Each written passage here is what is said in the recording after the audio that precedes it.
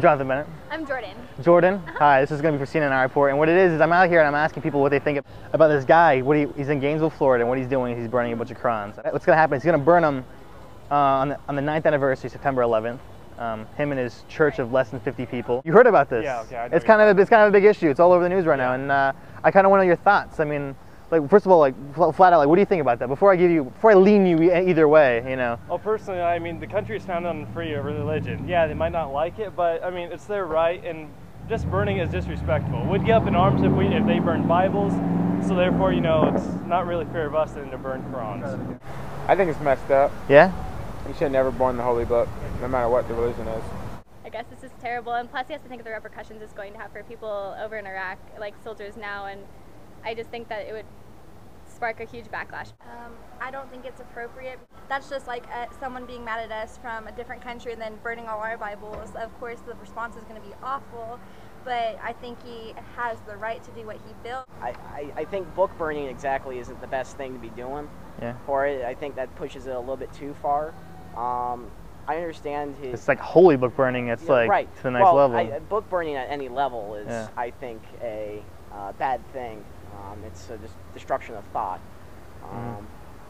It is a little bit too extreme. I understand his dislike of the religion, but I think there's a better way of debating against it. I think it's horrible. I think that nobody should degrade another person's religion, and if I knew if somebody was trying to burn down my Bible, I would definitely have a huge problem with that. I would say that we do live in a free country where you can do pretty much whatever you want to do. I would say that he should respect other people's religion, but he does have the freedom to do that if he wants. I mean, the only person that he really does have to answer to is God. So the government has the right to like step in, like, hey, look, we're actually really worried that someone's going to die because of this.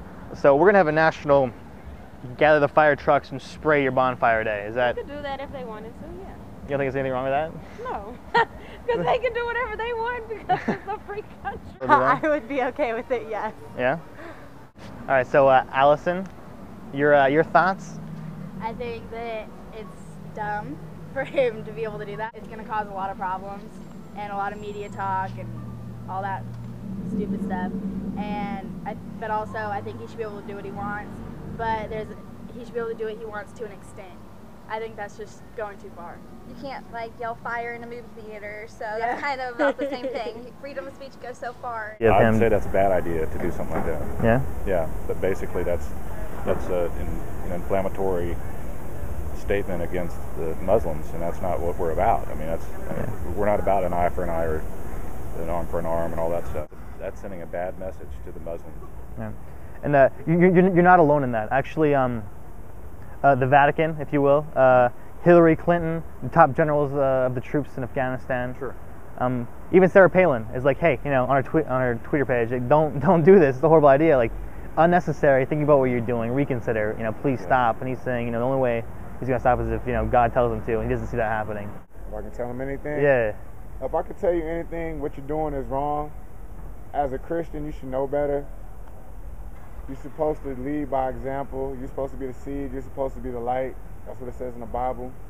And what you're doing is wrong. All right, man. Hey, thank you so much. What's your name? Sean Biggums. That's Sean Biggums for CNN iReport.